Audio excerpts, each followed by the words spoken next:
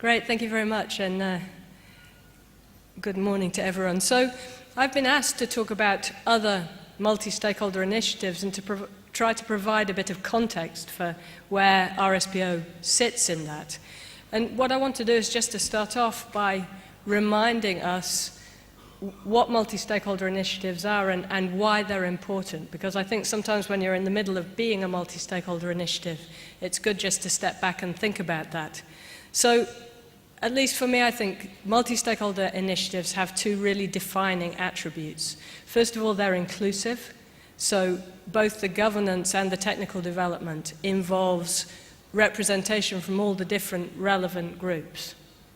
And secondly, they are balanced, that there are systems for making sure that everybody has a say and nobody dominates. So that's probably fairly familiar for most people. A question that I still get asked very often is why they matter. Why are multi-stakeholder processes, which, as we all know, are complicated and time-consuming and hard work, why do they matter? Well, sustainable natural resource management and use is very complex. It requires balancing social, environmental, and economic aspects.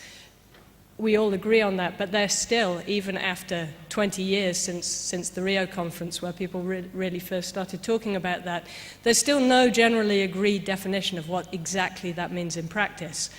And so we need to develop them all of the time whenever we want to use them, and multi-stakeholder processes have played a really crucial role.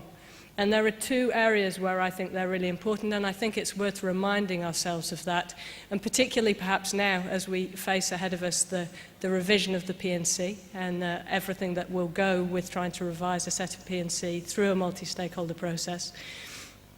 But first of all, in technical discussions, there are many people in the standards world who talk about standards just being technical, but you can't make purely technical decisions about sustainability because we're often talking about compromises between competing aspects.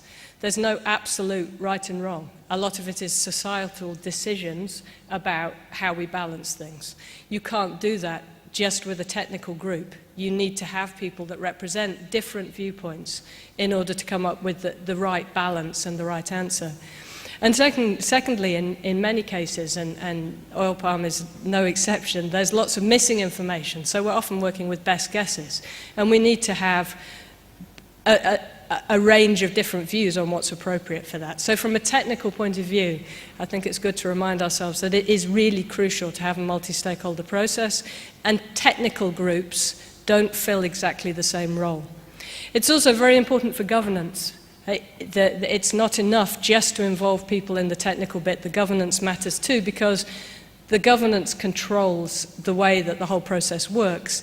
But it's also very important in building trust and collaboration.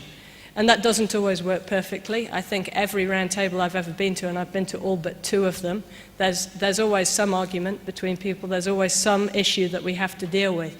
But yet we all keep coming back and we all keep working together.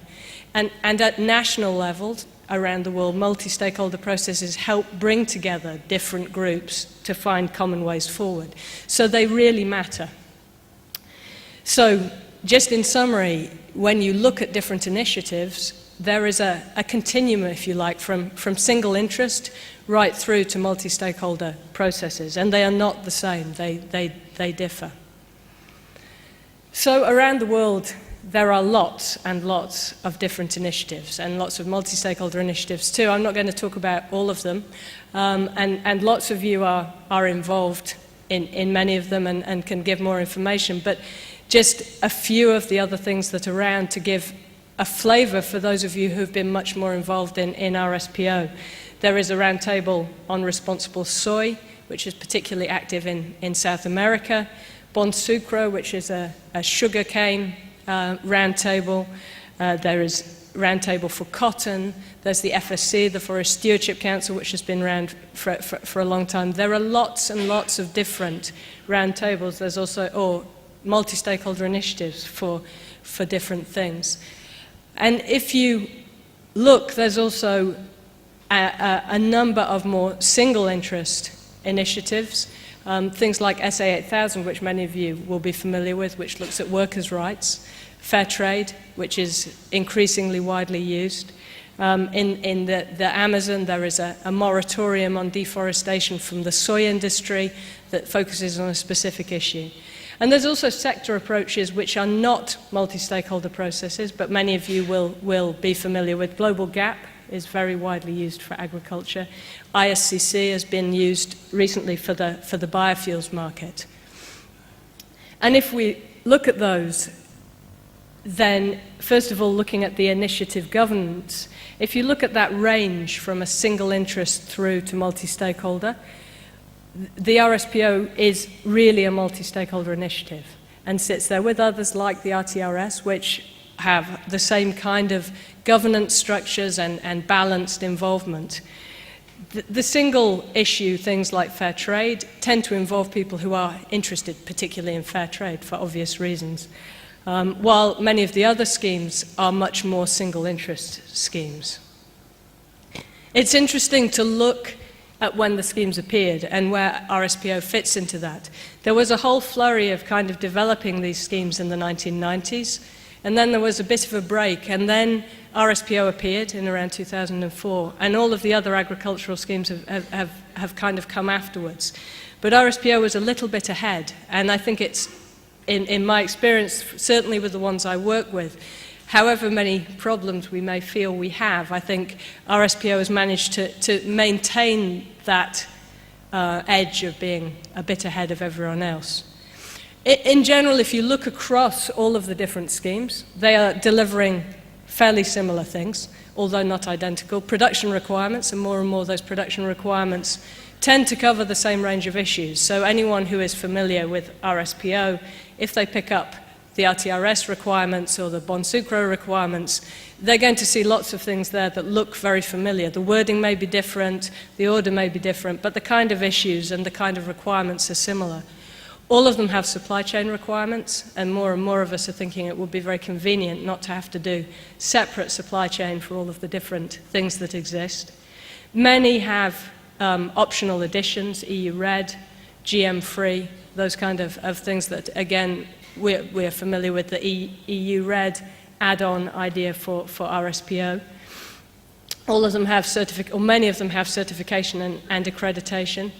And now more and more are looking at support for producers, particularly small producers, and training.